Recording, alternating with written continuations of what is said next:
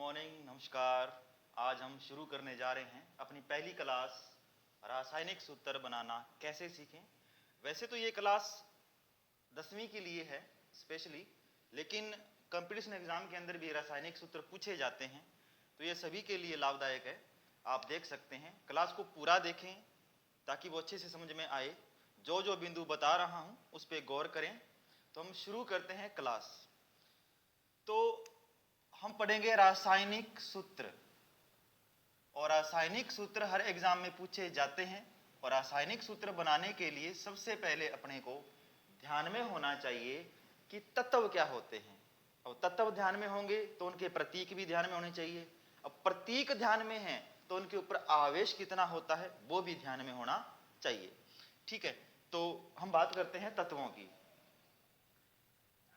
तो तत्व, मैं एक तरफ तत्व लिखूंगा, एक तरफ प्रतीक लिखूंगा, और प्रतीक के ऊपर ही मैं आवेश लिखूंगा, और आवेश जैसे ही लिख दूंगा फिर वो आयन बन जाएंगे। आयन यानी या तो वो धनायन होंगे या वो ऋणायन होंगे।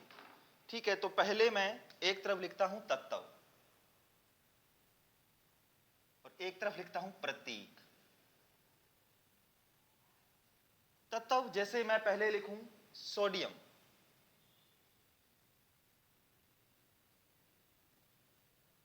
या आपने सभी ने सुना होगा, सोडियम जो है एक तत्व है, और इसका जो प्रतीक है, प्रतीक क्या होता है कि किसी भी तत्व के नाम को उसको प्रतीकात्मक निरूपण कर देना प्रतीक कहलाता है।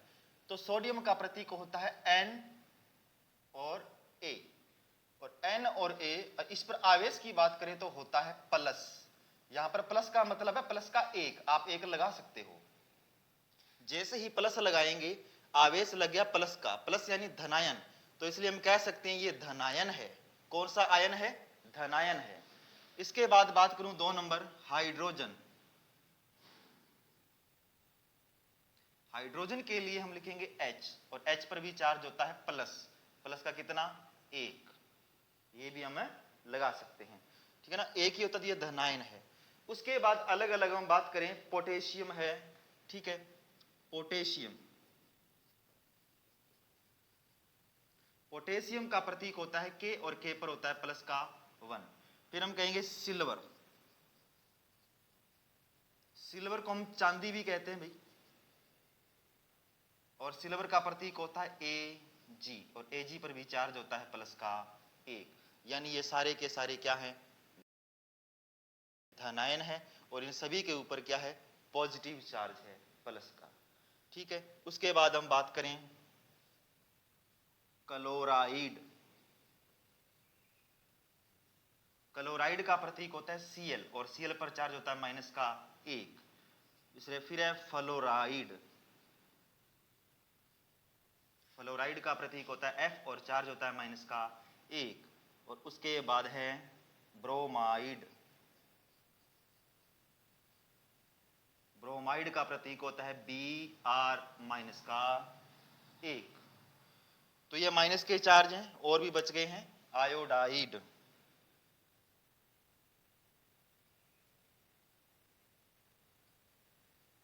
आयोडाइड का प्रतीक होता है I, और चार्ज होता है माइनस का 1। उसके बाद में हम बात करेंगे जिन पर 2 होते हैं आवेश, प्लस या माइनस के, मैग्नीशियम। मैग्नीशियम का होता है Mg, और Mg पर होता है प्लस का 2। फिर आता है कैल्शियम। कैल्शियम का प्रतीक होता है Ca, और चार्ज होता है प्लस का 2। फिर आता है कॉपर, जिसको आप तांबा भी बोलते हो। चार्ज होता है प्रतीक होता है Cu, और चार्ज होता है प्लस का 2। फिर आता है आयरन। और आयरन के ऊपर 2 प्रकार के आयरन आएंगे। अगर आयरन के ऊपर चार्ज आपका +2 है तब तो उसे कहेंगे फेरस। और अगर आयरन के ऊपर चार्ज 3 है तब उसे कहेंगे फेरिक। ये आपको ध्यान में रखना है। अगर आयरन के ऊपर +2 चार्ज है तब तो आएगा फेरस, और +3 चार्ज है तब आएगा फेरिक। इसके बाद हम बात करेंगे एल्यूमिनियम।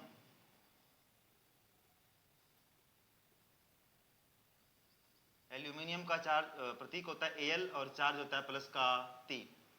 उसके बाद आता है लेड, और लेड को सीसा भी बोलते हैं, और इसका प्रतीक होता है Pb, चार्ज होता है प्लस का 2।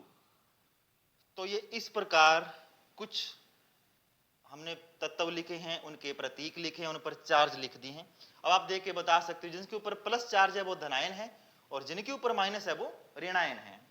ठीक है, तो ये आप देख लो एक बार। मैं इसको मिटाने जा रहा हूं, कुछ और भी हैं जिनको हम लिखेंगे।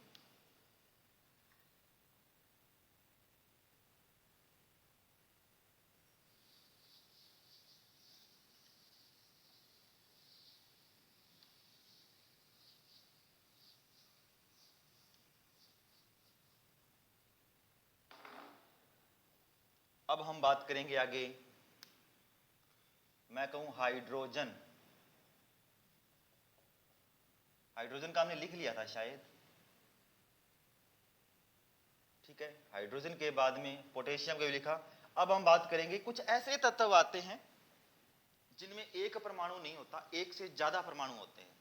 ठीक है, जैसे भी हमने बात की हाइड्रोजन, हाइड्रोजन अकेला था। ऑक्साइड यानी O, जैसे मैं कहूं ऑक्साइड, यहां पर ऑक्साइड का मतलब है O, और O पर चार्ज होता है माइनस का 2। ठीक है, यहां पर ऑक्साइड लिखते ही प्रतीक आ गया O, यानी ये अकेला ही है। कुछ ऐसे आयन होते हैं जो बहुपरमाणुक आयन होते हैं, उनमें परमाणु जो हैं वो एक से ज्यादा होते हैं। जैसे मैं कहूं हाइड्रोक्साइड,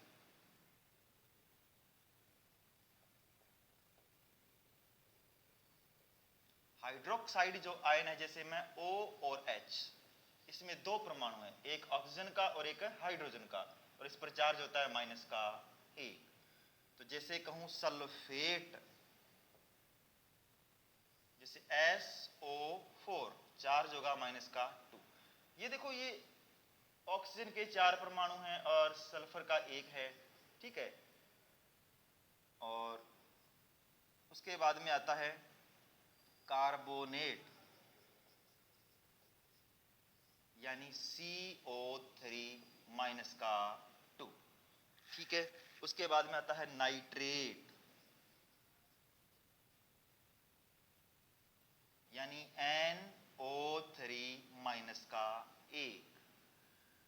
तो ये बहुपरमाणुक आयन होते हैं जो आपके काम आएंगे और पूछे जाते हैं। अब जो कुछ और बच गए हैं उनको हम लिख लेते हैं, जैसे बेरियम। बेरियम के ऊपर होता है Ba+2। ठीक है, ये एक परमाणुक है। और कॉपर का हो गया जिंक, Zn+2।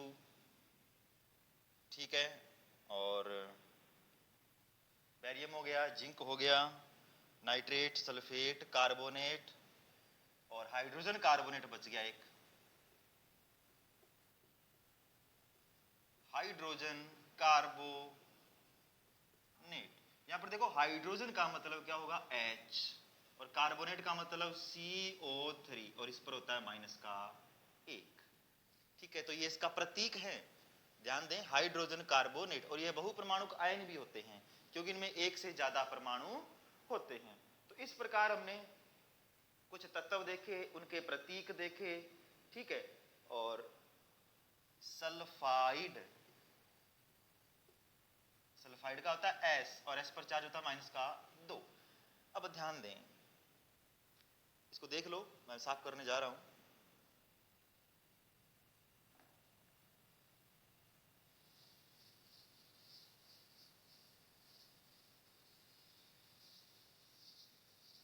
तो ये आपको तत्व, प्रतीक और इनके ऊपर चार्ज जो हैं वो ध्यान में होने चाहिए। अब हम बात करेंगे कि रासायनिक जो सूत्र है वो कैसे बनते हैं। ठीक है, सबसे पहले हमने तत्व देखे, तत्वों के प्रतीक देखे, और प्रतीक के ऊपर जो चार्ज लगे हैं उनको भी हमने देखा। ठीक है, हम बहुत सारे सूत्रों के द्वारा इसका अध्ययन करेंगे। तो सबसे पहले हम बात करेंगे रासायनिक सूत्र कैसे बनाए जाते हैं। तो उसके लिए आपको 3 बातें ध्यान रखनी है, या यूं कहूं कि 3 पॉइंट ध्यान में रखने हैं। रासायनिक सूत्र लिखना यानी कैसे लिखे जाते हैं। पहली बात तो रासायनिक सूत्र होता क्या है। जो भी हमने तत्व लिखे हैं, एक तत्व लिखा है जिसके ऊपर प्लस था और एक तत्व लिखा है जिसके ऊपर माइनस था। जब प्लस वाला तत्व और माइनस वाला तत्व दोनों मिलते हैं तो तत्व और तत्व दोनों मिलकर क्या बनाएंगे, यौगिक। एक क्या बना देगा, यौगिक। और इस यौगिक को अगर हम प्रतीकात्मक रूप में लिख दें, प्रतीकात्मक रूप का मतलब होता है जैसे सोडियम के लिए मैं Na लिख दूं और क्लोराइड के लिए Cl लिख दूं, तो ये इस यौगिक का क्या हो जाएगा, रासायनिक सूत्र हो जाएगा, NaCl। तो रासायनिक सूत्र क्या होता है कि जब तत्व आपस में जुड़कर कोई यौगिक बनाते हैं और इस यौगिक का जब हम प्रतीकात्मक निरूपण करते हैं तो उसे क्या कहेंगे, रासायनिक सूत्र कहते हैं। और इसके लिए आपको कितनी बातें ध्यान में रखनी है, 3 बातें ध्यान में रखनी है जो सबसे आसान है। ठीक है, पहली बात सामान्यतः। सामान्यतः का मतलब हमेशा नहीं होता, सामान्यतः का मतलब बस ज्यादातर। सामान्यतः धनायन पहले यानी प्लस वाला व ऋणायन यानी माइनस वाला बाद में लिखते हैं, बाद में लिखते हैं। यानी जो भी तत्व जुड़ेंगे उसमें पहले प्लस वाला होगा और बाद में माइनस वाला होगा। दूसरा, अगर दोनों तरफ आवेश समान हो, समान हो का मतलब यानी इधर तो +1 हो और उधर -1 हो तो कट जाएंगे, तो कट जाएंगे। यानी ये एक इधर प्लस का और एक इधर माइनस का, ये क्या हो जाएंगे, कट जाएंगे। और दोनों तत्वों को जोड़कर आपस में पास पास लिख देंगे, वो एक सूत्र बन जाएगा। और तीसरा, अगर दोनों तरफ आवेश असमान हो, यानी इधर +1 और इधर -2 है, तो यह यानी संख्या जो प्लस किया माइनस किया, यह एक दूसरे तत्व के पैरों में चले जाएंगे,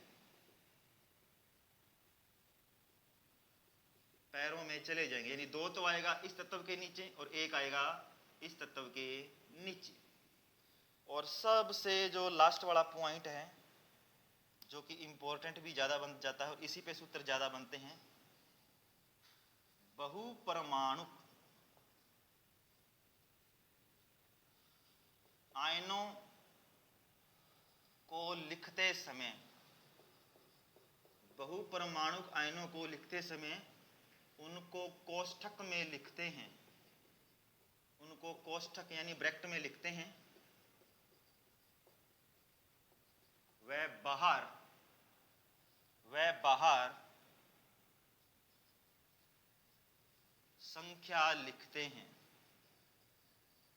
आप नियमों को देख लो क्योंकि हम इस पे सूत्र बनाएंगे एक एक नियम पे।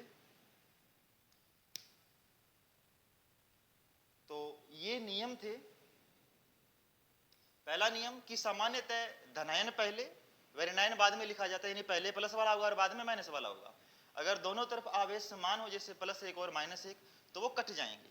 और अगर दोनों तरफ आवेश असमान है, एक तरफ +1 और एक तरफ -2 है, तो ये क्या होंगे कि 2 है वो पहले वाले के पैरों में आ जाएगा और जो 1 है वो बाद वाले के पैरों में चला जाएगा। इसके बाद है कि बहुपरमाणुक अगर आयन आप सूत्र में सम्मिलित कर रहे हो तो बहुपरमाणुक आयनों को आप जैसे ही लिखोगे और उसके नीचे कोई संख्या जा रही है तो बहुपरमाणुक आयनों को आप ब्रैकेट में बंद करोगे और उसके नीचे संख्या लिखोगे। अब कैसे, हम बात करते हैं सूत्र की। मैं 3-4 सूत्र बनाना पहले आपको सिखाऊंगा, ठीक है, सभी अलग अलग तरीके से।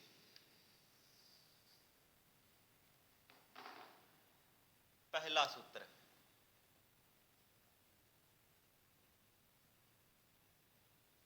सोडियम क्लोराइड, ये आपके पास एक सूत्र है, मतलब यौगिक का नाम है सोडियम क्लोराइड। इसको आप सूत्र में कन्वर्ट करना है। तो सबसे पहले आप देखो कि सोडियम क्लोराइड जो है इसमें प्लस माइनस है। हाँ, सोडियम प्लस का होता है, आप देख सकते हो जो प्रतीक लिखवाए हैं, सोडियम प्लस का और क्लोराइड माइनस का है, मतलब एक धनायन और एक ऋणायन है। चलो ठीक है।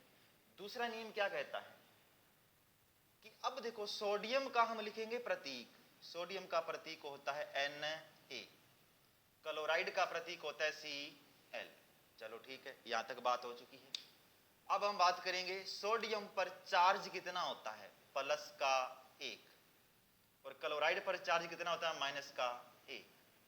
अब इस दूसरी नियम को ध्यान में दो। देखो चार्ज दोनों तरफ सेम है, इधर +1 और इधर -1 है, और जब सेम सेम चार्ज होते हैं तो क्या हो जाता है भाई, कट जाता है। Na और Cl पास पास आएंगे, क्या बन जाएगा, NaCl, और ये सोडियम क्लोराइड का सूत्र है। अपने को यही चाहिए था, ये हो गया। ठीक है, तो एक सूत्र और देखते हैं, सिल्वर ब्रोमाइड। सिल्वर का प्रतीक क्या होता है, Ag। ब्रोमाइड का प्रतीक क्या होता है, Br। Ag पर चार्ज प्लस का 1, Br पर चार्ज माइनस का 1। जब दोनों तरफ 1 1 हैं, दोनों तरफ आवेश समान हैं, तो क्या हो जाएंगे, कट जाएंगे, पास पास लेके आओ, क्या बन गया, AgBr। ये इसका सूत्र है। ठीक है, बड़ा ही आसान है, कोई ज्यादा लॉजिक लगाना नहीं है इसमें, और सभी सूत्र ऐसे ही बनेंगे। तो ये 2 सूत्र हो चुके हैं। तीसरा हम अलग अलग लेंगे। तीसरा सूत्र देखो, जैसे मैं कहूं मैग्नीशियम ऑक्साइड, मैग्नीशियम का प्रतीक होता है Mg, और ऑक्साइड का प्रतीक होता है O। Mg पर चार्ज, मैग्नीशियम पर चार्ज प्लस का 2, और ऑक्सीजन पर चार्ज होता है माइनस का 2। दोनों तरफ सेम सेम आवेश है, इधर 2 और इधर भी 2 है, क्या हो जाएंगे, कट जाएंगे, क्या बन गया, MgO। ठीक है, MgO। फिर हम एक अलग सूत्र देखते हैं जिसमें एक दूसरे के पैरों में जाते हैं आवेश।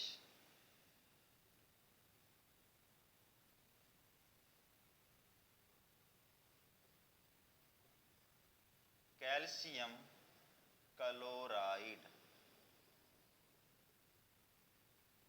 कैल्शियम का प्रतीक होता है Ca, क्लोराइड का प्रतीक होता है Cl। कैल्शियम पर आवेश होता है प्लस का 2, Cl क्लोराइड पर आवेश होता है माइनस का 1। अब तीसरा नियम देखो, इधर प्लस का 2 है और इधर माइनस का 1 है, तो मैंने बताया था क्या होगा कि ये एक दूसरे तत्व के पैरों में चले जाएंगे। तो ये तो जाएगा इसके पैरों में, और ये एक आएगा इसके पैरों में। तो उतारो Ca, Ca के नीचे 1 लगाओ चाहे ना लगाओ, अगर आप लगा भी देते हो ना तो Ca गुणा 1, ये इस 1 का गुणा होता है इसके साथ, तो 1 गुणा Ca तो 1 ही रहेगा ना, तो 1 लगाओ चाहे ना लगाओ, तो Ca का Ca 1 आएगा, लगाओ ना लगाओ, फिर आएगा Cl, लेकिन Cl के नीचे 2 जाएगा, तो ये क्या बन गया, CaCl2।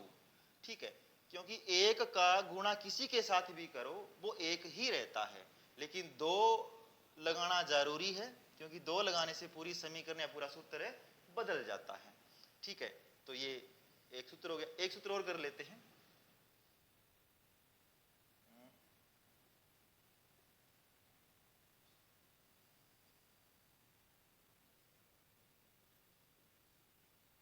Sodium sulphate.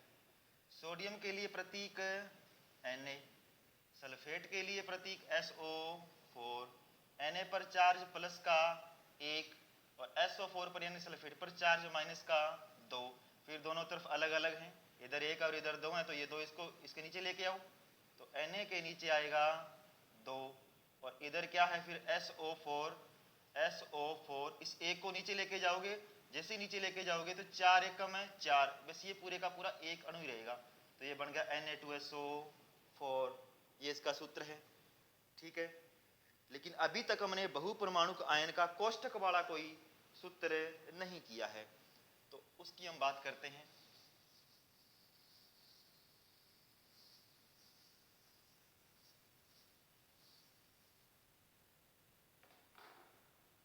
एक सूत्र है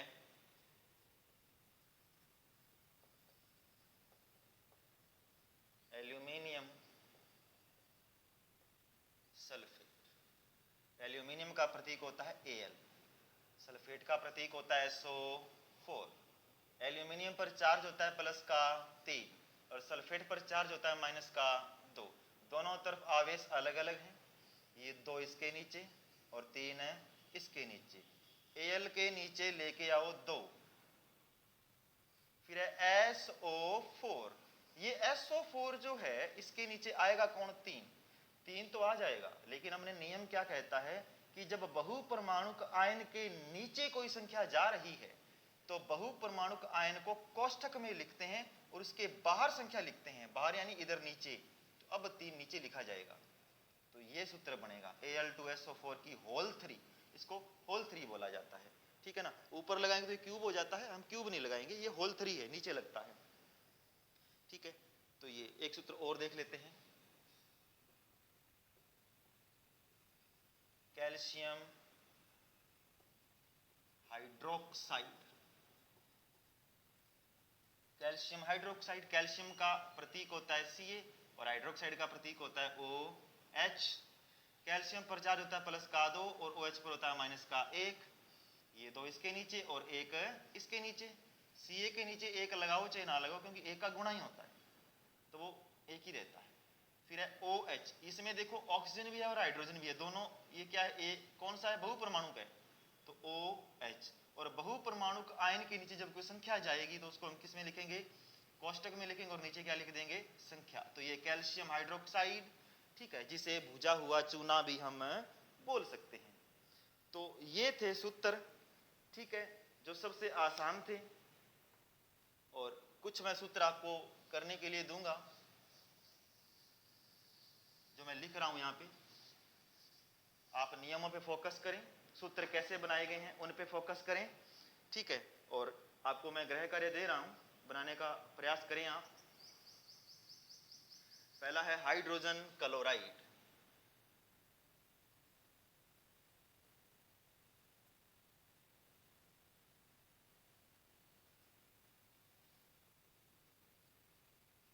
हाइड्रोजन सल्फाइड,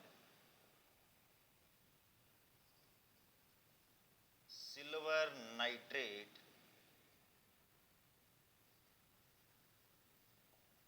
जिंक सल्फेट,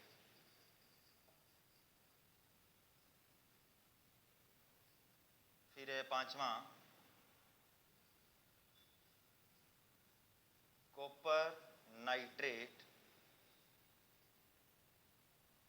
और कॉपर नाइट्रेट के बाद में अगला सूत्र है sodium hydroxide.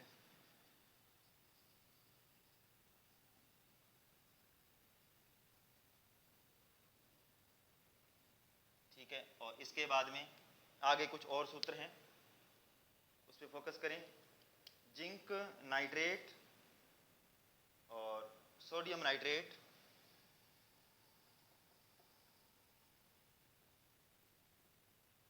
Sodium nitrate, zinc nitrate, copper sulphate और लेड नाइट्रेट,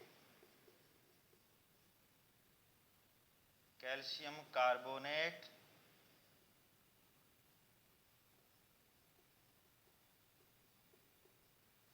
ठीक है, कैल्शियम कार्बोनेट, सिल्वर सल्फाइड। तो ये कुछ ऐसे सूत्र हैं जो आपको बनाने हैं, करके देखने हैं, ठीक है। और बाकी आगे की जो क्लास है उसमें मैं ये वापस करवाऊंगा सूत्र, ठीक है। और फिर हम आगे अगली वाली क्लास में हम बात करेंगे कि समीकरणें कैसे बनती हैं और समीकरणों को आगे संतुलित कैसे किया जाता है। आज ये आपका बेसिक था, ये आपको इतना तो आना ही चाहिए समीकरण करने के लिए, ठीक है। तो ये सूत्र हो चुके हैं। पहले हमने तत्व किए, तत्वों के प्रतीक किए, प्रतीक पर हमने आवेश लिखे, फिर हमने नियमों के हिसाब से इनको सूत्र में बदला। तो ये सूत्र हो चुके हैं। अब आगे हम करेंगे समीकरणें कैसे बनती हैं, ठीक है। तो आपसे निवेदन है कि आप कमेंट सेक्शन में ये जरूर बताएं कि आपको क्लास कैसी लगी, और अगर कोई आवाज में दिक्कत आ रही है या वीडियो साफ नहीं है या क्या क्या सुधार किया जा सकता है, इसके लिए आप सुझाव दें। आपके सुझाव आमंत्रित हैं कि मेरे को इसमें और क्या बदलाव करना चाहिए, मैं इसे बेहतर करने की कोशिश करूंगा। तो इसी के साथ आज की क्लास यहीं खत्म होती है। आप क्लास को शेयर करें, चैनल को सब्सक्राइब करें, वीडियो को लाइक करें। धन्यवाद।